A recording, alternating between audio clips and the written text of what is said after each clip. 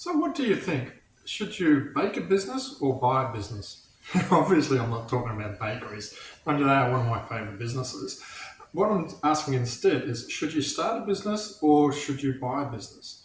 And it's not really just all about businesses, is it? I mean, we often have this dilemma and decision that we have to make. What if got a car that needs to be maintained? Do you do it yourself or do you bring in a mechanic?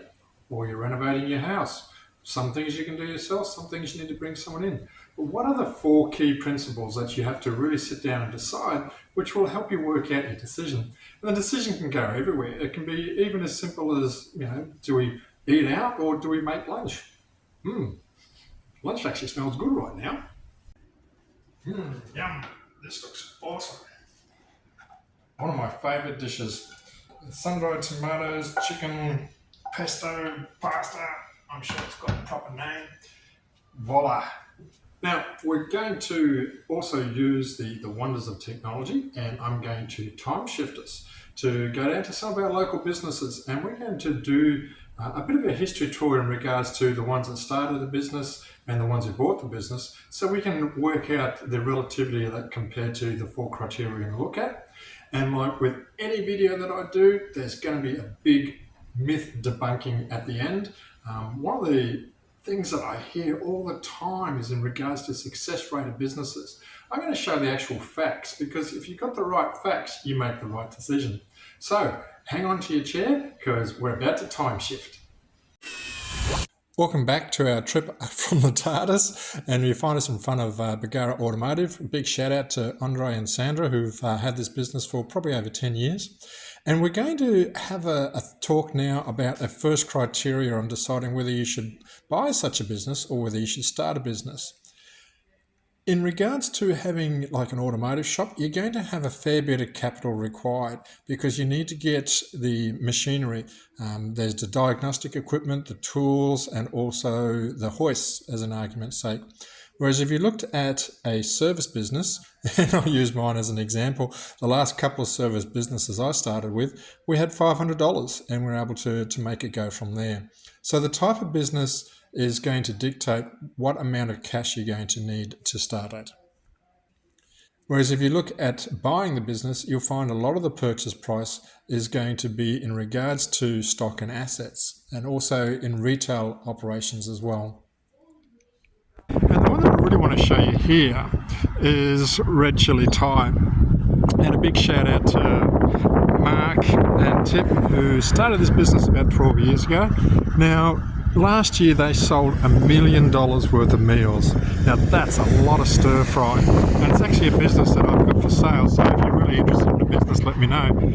So if you look at cash flow, if you start a business, the big challenge is the first couple of years are really hard to work with. You can say, all right, they sold $1 million a meal last year, but the first year, if you're assuming you've got a straight line growth, if you looked at 10%, they would have made $100,000 on a 20 grand net profit. There goes my finger out of there.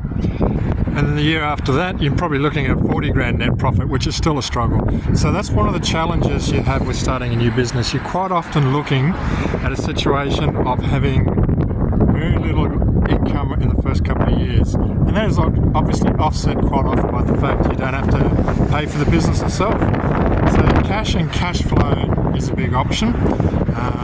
Now Coral Coast Dental, they actually moved from another part of Bagara probably about 5 years ago, and then they put some significant expansions in there. So that's probably the first criteria. We're looking at cash and cash flow.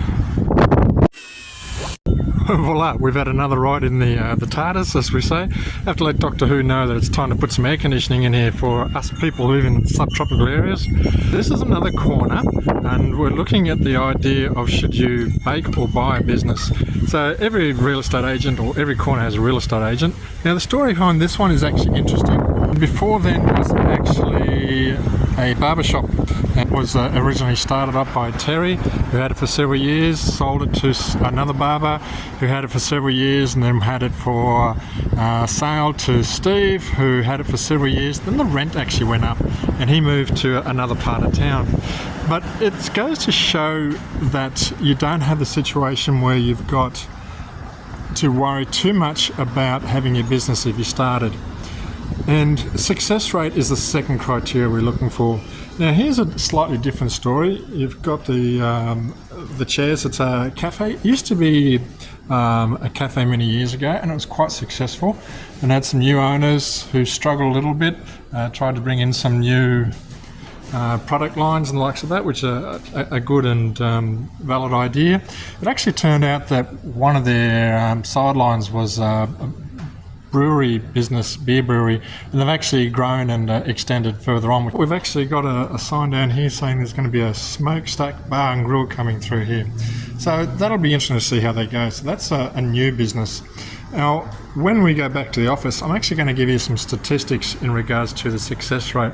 So this one was a bit of a struggle, but it's the same industry as what the restaurant was we looked at before.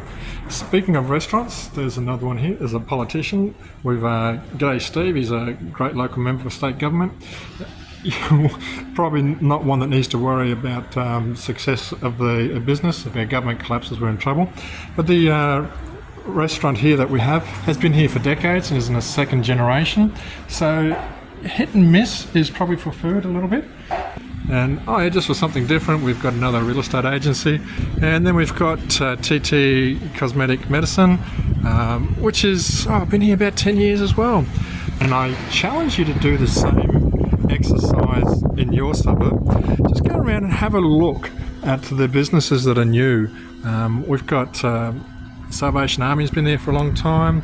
There's a little yoga shop that's been there for a long time. I hear the statistics on the success rate of businesses and failure rates, and I ask you this question: what do you think the failure rate is or success rate, depending on if you're positive or a pessimist, for a new business? And we'll go back to the office through the TARDIS, and we will give you some facts and figures to debunk the myth. Okay, so we're back from the TARDIS, and I left you with the question of what do you think the success rate is for a small business, say over a 5-year period. Now, in the time travel, remember one thing I didn't mention. In the premises that was empty and was going to be a steakhouse, after the cafe was there, they had a new tenant in there, which was a new business, and it was a Korean restaurant. That one didn't work out too well. It was probably there for about 18 months, I think.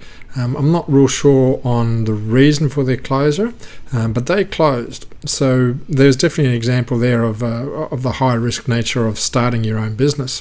But then remember, look at the other businesses that we had. So we went through the mechanics and the Red Chili Thai restaurant, the real estate agencies, the Chinese restaurant, the state government office, and the cosmetic doctor. And all of those businesses have been there for a long time, and a lot of them were startups. So, okay, what is the answer then? What is the success rate for small business?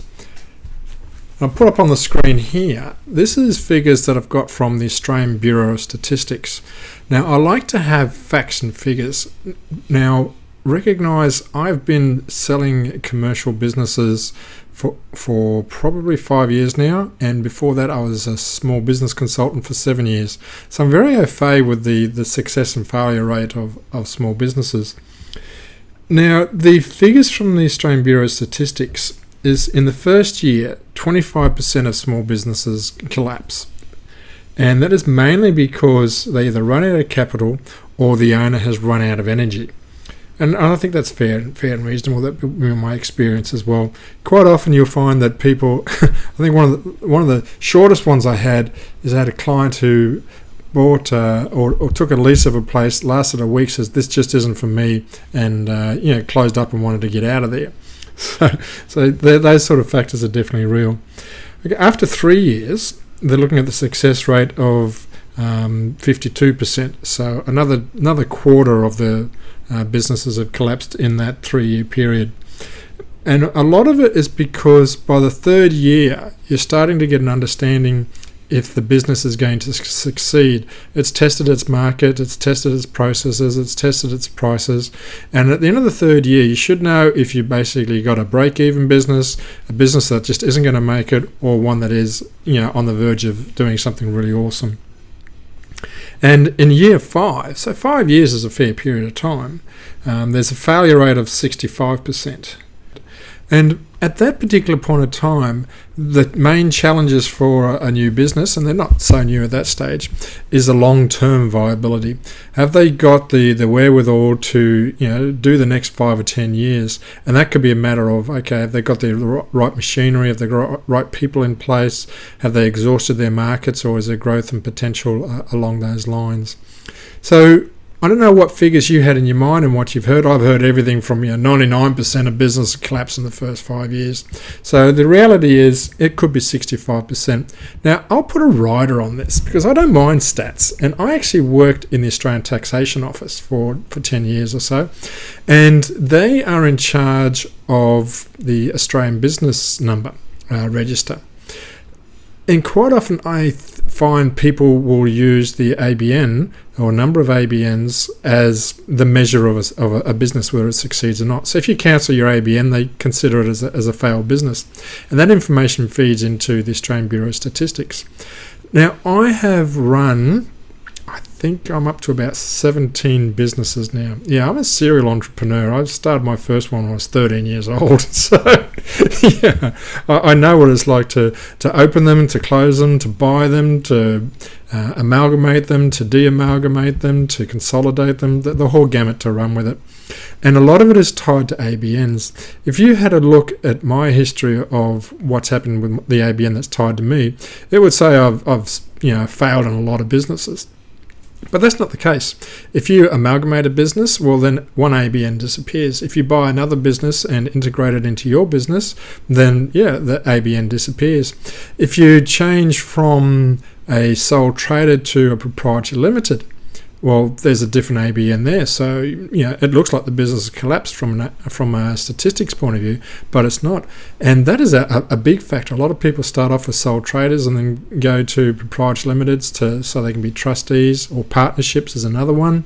1 minute you're a husband and wife, next minute you may just be the husband or just the wife running the business, depending if you behave yourself or come home too drunk that night. So I always look at that figure of 65% as a maximum.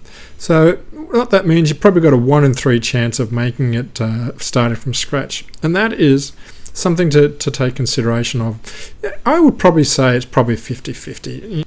So we've looked then at cash and cash flow, and we've looked at success rate of starting a business. What about buying a business? Do we have figures on what success rate do people have if they buy a business?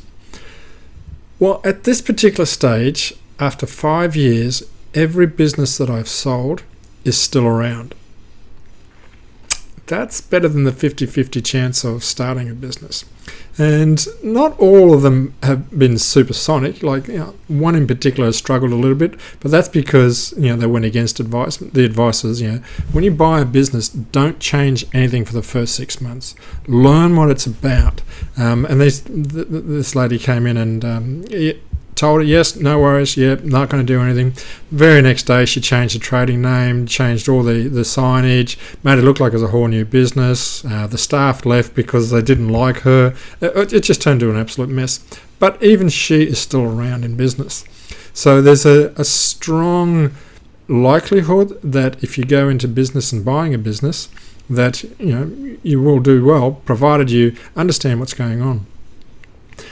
One of the other factors is skill sets. So you need to have certain business skill sets. So you need to be fairly comfortable with numbers to understand profits and gross margins and revenue and expenses, and to run a budget and run cash flow. Definitely a point that you need to be aware of. You need to have the technical skills to run the business, particularly if you're buying or starting a business that is very much owner-centered. So if you're a lawn mowing business that you're starting up, you want to be able to operate a lawnmower and a hedger and know how to cut a decent lawn and put some decent edges on the property. If you're running an accountancy firm, well, you need the technical nous to be a good accountant. If you're starting a mechanics workshop, you want to make sure that you understand the mechanics of vehicles. So the technical prowess to run that specific business, the skill sets to run that specific business, is another key factor that you need to look at. And then you've got what we call the soft skills. You need to be able to get on with people. The days of being a gruff business person and expecting to succeed, unless you're a monopoly and you only do one particular type business and no one else does it, are pretty well gone. You need to be able to work with customers, and you need to be able to work with suppliers, and you need to be able to work with staff. If you can't manage people and you can't get on with people, have a serious rethink about starting a business. I talk with a lot of people, and the most common thing I always get is, I am over staff, or I am over customers, or I am over people. That is not a good look. And that's one of the key factors when you need to decide if you're going to start or buy a business. If you're buying a business, you can get away with it a little bit, provided you've got a manager in place, and then you really only have to put up with one person, hoping that the manager is good quality and working well for you. The other aspect you need is you need an ability to keep getting new customers, and that means you need to have some sort of understanding of marketing and sales, and they are two different elements. Marketing gets them to the door, and sales gets them signing the checks, basically. If you have an understanding of those areas, then you've probably got the skill sets to have a look, particularly if you're looking to start your own business. If you're looking to buy a business, you can get away a little bit without having all of those skill sets, particularly if it's a business that you're going to have a manager in. And the final element that we look at is in regards to time. How much time do you have? Remember when we looked at the numbers for Red Chili Thai, assuming it was like 20 grand the first year and 40 grand the second year, it's going to take a while to get income to pay your mortgage, to pay your school fees, to put food in the fridge, to keep the lights on as you pay Ergon or Energex, depending on whereabouts in Australia you are. You need to have time when you start a business. My dad first said that whenever you start a business, make sure you've got 6 months' wages behind you. I would go so far now as to say you need to have at least 2 years' worth of wages behind you. It's a lot tougher to get business. There's a lot more competition, and there's a lot more ways, with the internet and social media. You're not just competing with the fish and chip shop next door to you. You're competing with Uber and Uber Eats, and you're competing with DoorDash, and they will provide food for your customers in a number of ways. So it's a lot harder to get into business and run it. So make sure you've got about 2 years worth of wages behind, because it's going to take you that long to get to the stage where you work out if your business has got what it takes to work with. So time is a critical factor. Whereas if you buy a business, depending on what you've got, you should be getting cash in from day one. And trust me, cash and cash flow are usually the first stresses that a business owner, has to put up with and wear. All right, so what does that mean? It really, most people will know if they want to buy a business or if they want to, bake a business, as I say. And this video hasn't been about convincing you to go which way. What I hoped has done is it's gotten you to think about 4 things in particular. So when you make the decision, you are more likely to succeed. So have a think about cash and cash flow. How much is it going to cost? Have you got the cash? If you don't have the cash, it doesn't stop you either as a new starter or a buyer. You just got to be creative in getting the cash. I started my businesses with $500, and my first customers paid a deposit, and that's what I ran my cash flow of my business going until we had things working. So you can start with virtually nothing. If you're buying a business, you can look at vendor finance, get a loan from your oldies if you need to. There's all sorts of options. So don't let lack of money keep away, but it's easier if you've got cash because it takes away the stress of it. Have a look at understanding the success rate of business in your area, in your industry, in your skill sets, so that you're making a conscious decision. At least minimum realise that it's 50-50 that you're going to be successful in the business, whatever business it is that you're looking for. And some industries are higher and others are lower. Have a look at the skill sets. Have you got the technical skill sets to run the business, to get customers? And what is your factor on time? Have you got time to build the business, or do you need a business where you can get money straight away? All right, so put some comments in. Let me know if you're a baker or a buyer. I'm definitely a baker, but I have bought a few businesses along the way. And yeah, odds are you're probably not a subscriber to my channel, so if you like this stuff, please hit subscribe so that YouTube can send you some more of it.